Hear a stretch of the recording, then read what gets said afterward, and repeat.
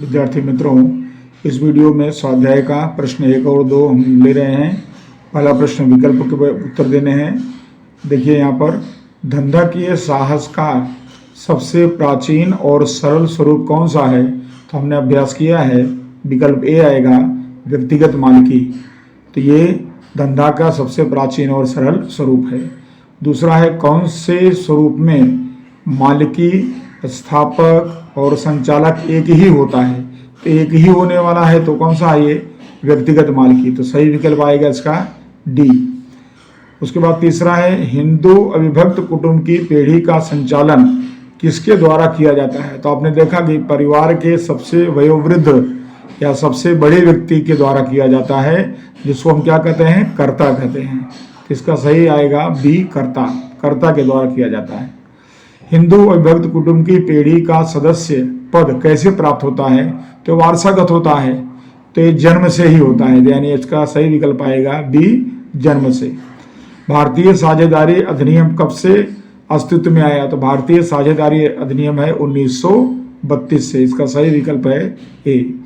साझेदारी पीढ़ी में कम से कम कितने सदस्य होने चाहिए? तो 2, क्योंकि 2 से कम होंगे तो फिर व्यक्तिगत हो जाएगा, इसलिए कम से कम कितना बताना है आपको? 2 साझेदार इसमें कम से कम होते हैं, या 2 व्यक्ति होना जरूरी है।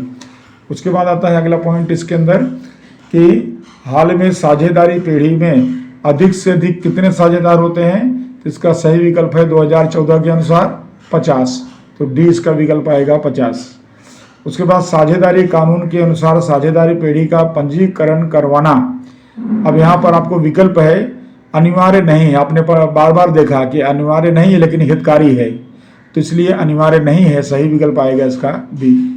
9 नंबर पे, धंधा करने वाले या धंधा करने के लिए समय मर्यादा के साथ रची जाने वाली साझेदारी को क्या कहते हैं? अब यहाँ पर समय मर्यादा बताया गया है, तो कहेंगे निश्चित अवधि की साझेदारी पीढ़ी कहते हैं। तो सही विकल्प इसका आएगा डी।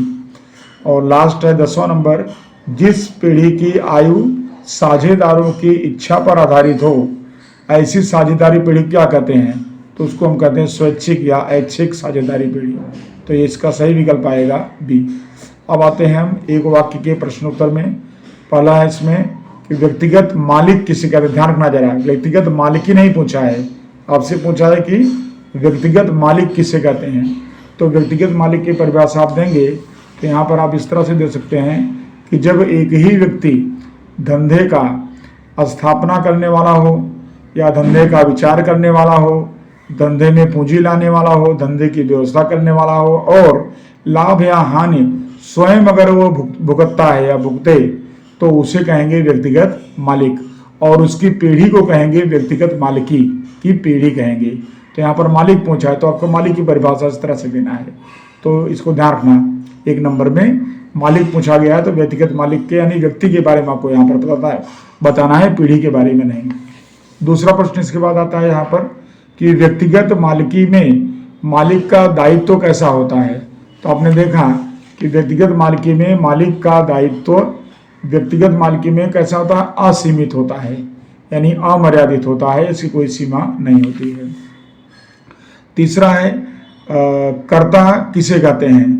तो अपने हिंदू अविभक्त कुटुंब में हमने देखा कि परिवार के वयोवृद्ध व्यक्ति जो पीढ़ी का संचालन करते हैं उनको कर्ता कहते हैं।